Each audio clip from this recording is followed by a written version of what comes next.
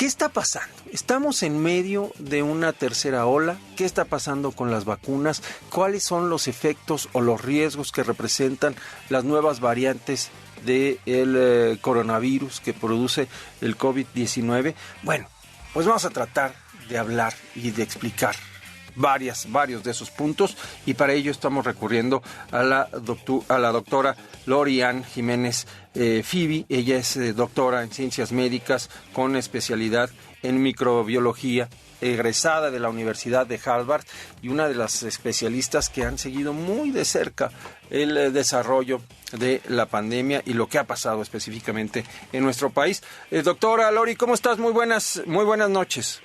¿Qué tal, Primitivo? Muy buenas noches. Oye, gracias por la invitación. Al contrario, gracias por tomarnos la llamada, porque realmente creo que estamos en un momento de incertidumbre. En muchos casos no percibimos la urgencia de gran parte de la población de tomar medidas adecuadas ante el confinamiento. No percibimos que muchas personas estén enfrentando o tengan esa sensación de peligro que sí vivimos, por ejemplo, a principios de este año o cuando se declaró el famoso confinamiento. Y sin embargo, pues nos da la impresión, o por lo menos a mí me da la impresión, de que es un punto que podría ser crucial por el aumento de casos que se están dando. Sí, bueno, estamos ya pasando de la cuestión de la incertidumbre a una certidumbre que es realmente muy lamentable. Sin duda la población en general, tiene muchas dudas de mucho de lo que está pasando, ¿no? Pero esto finalmente ha sido consecuencia de que la comunicación oficial ha sido tan contradictoria, tan deficiente, y en muchos casos incluso ha llegado hasta a desinformar a la población, ¿no? Cuando antes de las elecciones prácticamente se pasó a toda la República Mexicana, semáforos verdes y amarillos, se dijo que regresábamos a la escuela, no, los niños, que los jóvenes, que se cancelaron las conferencias de prensa vespertinas sobre COVID-19, etcétera. Esto le da a la gente la impresión de que de alguna manera la pandemia pues estaba ya en vías de terminarse, ¿no? O sea, que esto ya iba de salida, cuando realmente nunca ha sido así. Es decir, que creo que con el objeto o con objetivos más bien de tipo de tener tranquilidad durante los comicios electorales o qué sé yo, se procuró hacer esto. Bueno, esto se ha hecho desde siempre, ¿no? Hay que recordar que por allá del mes de abril del año pasado alguien dijo, el señor presidente, no alguien, ¿verdad? El señor presidente dijo que ya habíamos domado la pandemia, ¿no? Y esta misma retórica un poco demagógica, triunfalista, es lo que ha caracterizado al discurso oficial. Entonces, es natural que la gente esté confundida, pero tuvimos mucha incertidumbre. La realidad aquí es esto, tuvimos mucha incertidumbre, vamos a decir, hace 2 meses, 1 mes y medio, 2 meses. Hoy, tristemente, ya no hay esa incertidumbre. Hoy México se encuentra en el tercer repunte de la pandemia. Es decir, ya no hay incertidumbre en este punto. Casi más del 60% de los estados, las entidades federativas en el país, están mostrando repuntes francos, algunos repuntes realmente muy, muy graves y de preocupación, ¿no? Y otros con repuntes iniciales. Es decir, ya menos del 30% del país, en ninguna parte del país se sigue descendiendo en términos del número de contagios. El descenso terminó, se estabilizó en algunas partes y después comenzó otra vez a repuntar.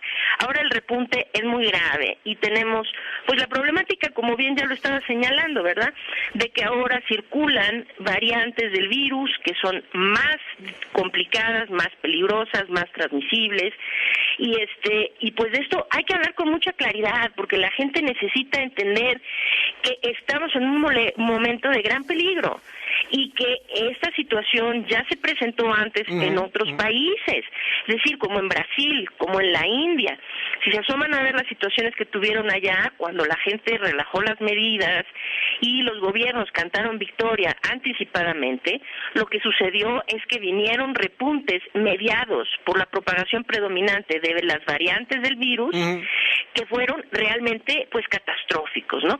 Entonces, podríamos estar ahí en este momento ya encaminados hacia eso, y es necesario que la población esté enterada de esto para saber qué podemos hacer nosotros como la población civil y nosotros en lo individual, dentro de nuestras familias, en el ámbito laboral, ¿qué se puede hacer para disminuir nuestros riesgos y ponernos a salvo, ¿no?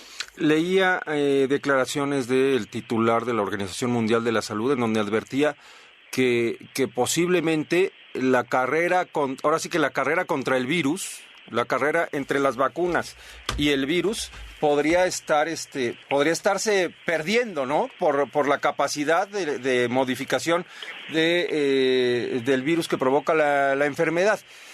¿Realmente es así? No solamente por eso, es decir, lo que ya muchos científicos, incluyéndome a mí, reconocemos es esto. Esa ansiada inmunidad de rebaño de la que tanto se habló en un inicio, ya se nos escapó de las manos. Ajá. Es decir, esto ya no es alcanzable, tener inmunidad de rebaño. Y es muy fácil, ¿sí? La inmunidad de rebaño es un porcentaje de personas es un cálculo que se hace para determinar qué proporción de la población requiere tener inmunidad para conferirle protección inmunológica al resto de la comunidad, ¿ok? Este cálculo se hace con base, entre otras cosas, a la contagiosidad del patógeno, a la contagiosidad del microorganismo que produce la enfermedad. Entonces, cuando nosotros hablamos del virus que produce COVID-19, el virus original que salió de Wuhan, en China, ¿no? Tenía la capacidad en promedio, cada persona infectada, de infectar entre 2.4 y 2.5 personas adicionales. En promedio, por eso los decimales, ¿no? Sí. Pero el virus, por ejemplo, vamos a hablar de la variante Delta. La variante Delta ahora en promedio infecta entre 7 y 8 personas, es decir, cada persona que tiene COVID-19 tiene la capacidad para infectar entre 7 y 8 en lugar de entre 2.4 y 2.5. Cuando era la contagiosidad esa de 2.4 a 2.5, se estimaba que necesitábamos al 70% de la población inmunizada. Ahora, si nos vamos a más del 68% adicional de contagiosidad, esto quiere decir que estamos ya rayando en el 90% de la población o más que requiere tener protección inmunológica para tener ese fenómeno de inmunidad comunitaria o inmunidad de rebaño, ¿ok? No solo eso, sino que a medida que hemos dejado, porque hay que decirlo con todas sus palabras, la razón por la que estamos sumidos en este desastre y ahora frente a nuestros ojos por primera vez en la historia de la humanidad, estamos viendo a un virus, a un patógeno evolucionar frente a nuestros ojos, ¿sí? Es decir, empezó de una forma y ahora hay tantas variantes y ahorita hablamos de la Delta, pero esta no va a ser no es la primera problemática, ni será la última ni la peor, si no cortamos la transmisión del virus. Esto se ha dado porque han habido gobiernos tan irresponsables que han permitido que el virus se siga propagando. Entre más se propaga, más cambia. Y entre más cambia, más se adapta y se vuelve más nocivo en la enfermedad que causa o en sus características. Entonces, a lo que voy es, no es solamente que el virus cambie, o sea, se nos fue de las manos un problema que pudimos abordar tomando las medidas adecuadas, pero muchos gobiernos han sido responsables dejando que el virus se siga propagando y ahora lo que sí necesitamos es hacer lo que desde un principio debimos haber hecho, porque dejar que el virus se siga propagando va a generar la Delta y después muchas otras que van a ser peores. Entonces, la situación aquí es, no vamos a alcanzar inmunidad de rebaño porque no es ya alcanzable. Es decir, un ejemplo primitivo muy sencillo. En Estados Unidos se ha vacunado ya con esquemas dobles de vacunación a más del 50% de la población, rayando por arriba del 60%, ¿no? Y ellos estaban vacunando a un ritmo realmente, pues, increíble, ¿no? 3 millones, 4 millones de vacunas al día, por día. Y de repente, pues baja el número de vacunas que ponen. Y la razón es esta. No es que no tengan la infraestructura, no es que no tengan la estrategia, no es que no tengan las vacunas. Es que ya no hay gente que se quiera vacunar. Es decir, hay un tope en donde hay un porcentaje de la población que no se puede todavía vacunar, y esos son los menores de 12 años, no se pueden todavía vacunar, y 2, la gente que simple y sencillamente no quiere vacunarse. Y entonces, si tomamos las poblaciones de menores de 12 años, más todos esos que por miedo, por desinformación o por lo que gustes y mandes, no quieren vacunarse, ya no alcanzamos el porcentaje para tener inmunidad de rebaño, ¿ok? Pero lo que sí necesitamos es a la mayor cantidad de personas inmunizadas lo más rápido posible para tratar de detener la propagación de las variantes. Claro, porque esa carrera realmente nunca se va a terminar, ¿no? Sí, es decir, es indispensable saber que las medidas preventivas, las medidas para prevenir el contagio, no son temporales. Es decir, mientras este virus se siga dispersando así y siga representando un peligro para nuestras actividades humanas y para nuestra salud y la vida de una proporción tan amplia de la población, las medidas preventivas como el uso del cubrebocas, como la ventilación de espacios, como evitar aglomeraciones, estas son medidas que llegaron para quedarse hasta que no tengamos una solución permanente al problema. Y mientras, pues sí, la gente tiene que vacunarse lo más rápido que pueda, sin duda. Oye, sobre las vacunas, hay mucha discusión, mucha duda sobre que si hay vacunas mejores que otras, supongo que así es, pero hay además vacunas que son más reconocidas que otras, y el ejemplo claro, a ver, lo voy a poner, el ejemplo claro es que de repente alguien quiere viajar y te dicen, no puedes viajar a tal lugar porque ahí no te aceptan la vacuna, no te dejan entrar porque no te vacunaste con una vacuna autorizada, digamos, por la Unión Europea, ¿no? Que te dicen, si tienes Sputnik o si tienes, no sé, alguna vacuna de origen chino, Cancino, por ejemplo, esas no valen o valen menos. Estamos en posición de decir, esta vacuna no, esta vacuna sí, o realmente podemos de repente decidir, ya me vacunaron con Cancino, pero quiero otra, ¿se vale vacunarse 2 veces con vacunas distintas? ¿O se vale, despreciar son alguna muchas vacuna? Preguntas y muchas dudas que la gente tiene realmente. Todos los días recibo este tipo de preguntas. A ver, primero hay que aterrizar bien toda esta situación. No debe ser tan confusa como la estamos haciendo. A ver, primero aterricemos claramente algo. Hay vacunas que han sido estudiadas adecuadamente, con los protocolos adecuados, que se han reportado los resultados adecuadamente, que tienen las aprobaciones y todas las autorizaciones necesarias, y hay otras que no, ¿ok? Entonces, decir hay vacunas buenas y vacunas malas, bueno, lo que hay decisiones, yo creo que es más adecuado decir, hay gobiernos que han tomado muy buenas decisiones en términos de las vacunas que eligieron y otros que no tanto, ¿no? Lo que nunca debió de haber pasado es que en ninguna parte se debieron jamás de haber autorizado vacunas para las cuales no se tiene toda la información científica necesaria. Claro. Esto incluye vacunas como Sinovac y Cancino. Hay que decirlo con toda. O sea, y la vacuna de Sputnik, que mientras que sí tiene los estudios de fase 3 publicados, existe mucha controversia y son controversias ya por la comunidad científica en cuanto a la veracidad de los datos que reportaron, ¿no?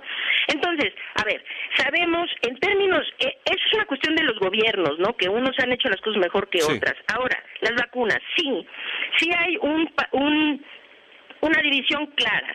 Las vacunas con la tecnología que están hechas con la tecnología de RNA mensajero, en términos generales sí sabemos, son vacunas, si se le puede llamar así, de más calidad. Esas son la de Pfizer, ¿y cuál otra? Es Pfizer y Moderna. Correcto. Sí, no es necesariamente que tengan más calidad, vamos a decir, AstraZeneca es una vacuna de altísima calidad, correcto, ¿no? Pero lo que sabemos de las de RNA mensajero es que hasta ahora, son las que han mostrado la mayor eficacia y que tienen mayor eficacia contra la mayor gama de variantes, es decir, que siguen siendo protectoras y tal vez en menor o mayor grado, pero siguen confiriendo muy buena protección con todas las variantes actualmente conocidas. También sabemos que la inmunidad que confieren estas vacunas de RNA mensajero es posiblemente la que va a durar más tiempo. Correcto. Hay evidencia de que va a ser una inmunidad muy longeva. En este sentido, pues le podemos decir que son mejores, pero hay vacunas repito, como AstraZeneca, es una vacuna extraordinaria como Johnson & Johnson. Sí. Son vacunas muy buenas para las cuales se tiene todo el sustento científico y demás, con un poco menos de eficacia quizá, pero muy buenas. Ahora, la pregunta que estás haciendo, pues ahí es donde yo entiendo que la gente quiere tener todas las respuestas de inmediato y quiere las respuestas labradas en piedra y en blanco y negro. Desafortunadamente, no tenemos todas las respuestas a todas las preguntas que nos estamos haciendo. En términos de la combinación de vacunas, ahorita hay buena información científica solo de una combinación, y esta combinación es la gente que recibió primero AstraZeneca, después ha recibido la vacuna de Pfizer. Sí. Y esta combinación, esto es algo que se está haciendo en Europa. En la Unión, muchos países de la Unión Europea están abordando esta estrategia, que quienes tuvieron primera dosis de AstraZeneca, en lugar de recibir segunda de AstraZeneca, les están dando una dosis de Pfizer. Okay. Y esos resultados han sido extraordinarios. De hecho, parece que tienen un efecto sinérgico y la eficacia incluso es mayor que las dos dosis de cualquiera de ellas, ¿no? Sino una y una. Entonces, esta combinación parece ser muy buena. Ahora, cuando la gente pregunta, me preguntan mucho, si tuve CanSino, ¿puedo ahora ponerme una de AstraZeneca? ¿O puedo ahora ponerme Sputnik? ¿O puedo ahora ponerme...? A ver, lo que podemos es tratar de hacer inferencias sobre la información que ya está ahí. La inferencia que se puede hacer es, AstraZeneca es una vacuna de vectores virales, con un vector viral. Y Pfizer es una de RNA mensajero. La inferencia que quizás se podría hacer, aunque no sería enteramente adecuado, pero podríamos hacer esa inferencia, es que esa combinación resulta aparentemente muy buena. ¿Okay? Esto querría decir que una vacuna como CanSino, si después se aplica Pfizer, pues sería como un análogo de esta misma combinación, ¿no? De AstraZeneca con Pfizer. Pero cuando preguntan si tuve Johnson, después puedo ponerme AstraZeneca, no tiene sentido, son dos vacunas similares de vector viral, ¿no? Entonces, para poder dar una respuesta a eso, desafortunadamente, pues necesitamos que los estudios se lleven a cabo y tener esos resultados. Entonces, lo que sí sabemos es esto.